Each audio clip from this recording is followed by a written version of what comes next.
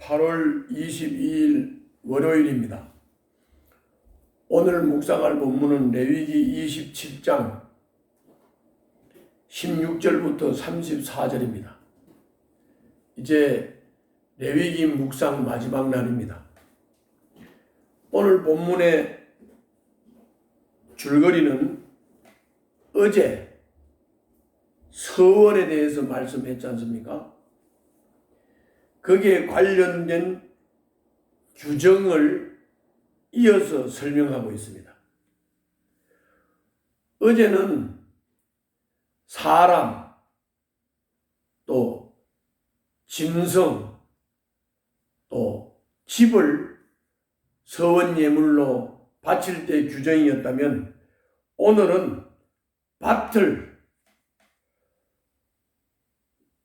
서약하고 드리는 규정을, 그리고 짐승의 맛배와 10분의 1을 드리는 규정을 오늘 설명하고 있습니다. 자, 그러면 먼저 16절부터 25절은 밭을 서약하고 바치는 규정입니다. 먼저 읽겠습니다. 어떤 사람이 유산으로 물려받은 밭에서 얼마를 거룩하게 구별하여 주에게 바치려고 하면 그 밭의 값은 그 밭에 뿌릴 씨앗의 분량에 따라 매기게 된다. 예를 들면 그 밭이 한 호멜에 보리씨를 뿌릴 만한 밭이면 그 값은 은 50세겔이다. 그가 희년 때부터 그 밭을 거룩하게 구별하여 바치고자 하면 그 값은 위에서 말한 그대로이다. 그러나 그가 어느 때든지 희년이 지난 다음에 자기의 밭을 바쳐 거룩하게 하고자 하면 제사장은 다음 희년 때까지 남은 횟수를 계산하고 거기에 따라 처음 정한 값보다는 적게 매기게 된다. 밭을 바친 사람이 그것을 다시 물으고자 할 때에는 매긴 값의 5분의 1을 더 얹어 물어야 하고, 그렇게 하면 그 밭은 다시 그의 것이 된다. 그러나 바친 밭을 그가 다시 사들이지 않아서 그것을 다른 이에게 팔면 그 밭은 다시는 그 주인이 되살 수 없다. 희년이 되어 그 밭이 해약되더라도 그것은 주에게 바친 밭처럼 여전히 거룩한 것으로서 제사장의 소유가 된다. 어떤 사람이 상속받은 유산의 일부가 아니라 자기가 산 밭을 거룩하게 구별하여 주에게 바치려면 제사장이 희년까지 횟수를 계산하여 그 값을 매겨야 한다. 밭을 바칠 사람은 바로 그날 매겨 있는 그 값을 주에게 거룩한 것으로 바쳐야 한다. 희년이 되면 그 밭은 그것을 판 사람, 곧 유산으로 받은 그 땅의 본래 소유자에게 돌아간다. 이제까지 말한 모든 값은 20게라를 1세겔로 계산하는 성소에서 쓰는 세겔로 매겨야 한다. 16절부터 25절까지 읽었습니다.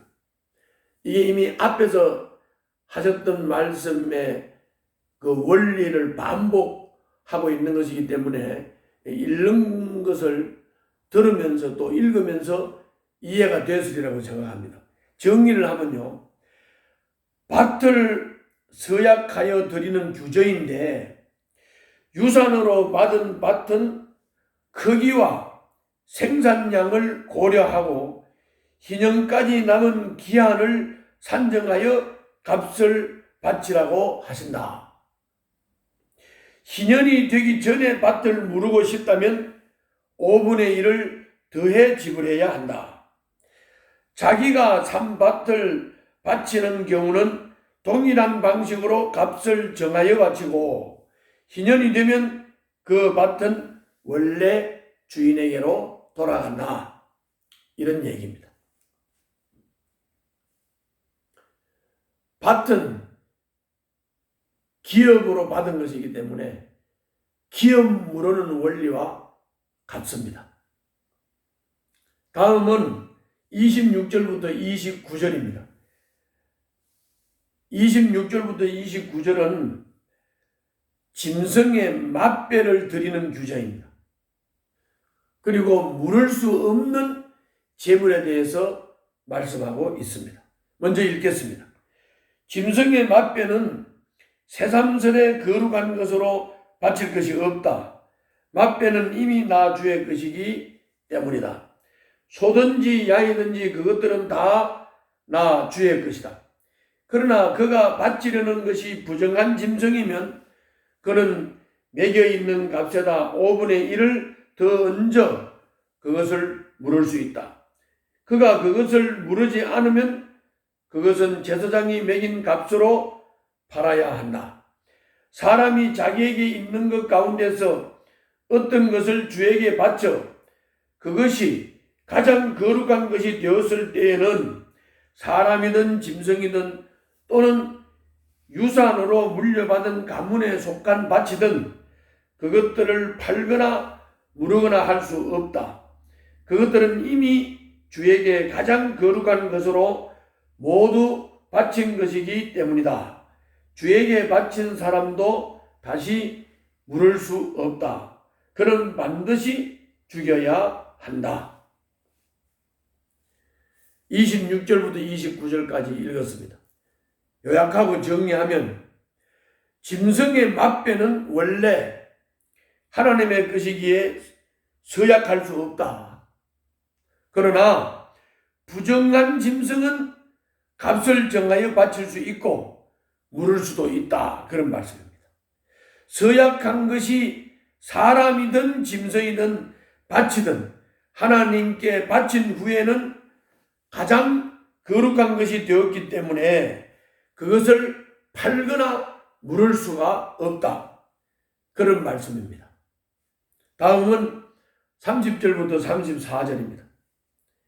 이거는 11조에 관한 규정이고요.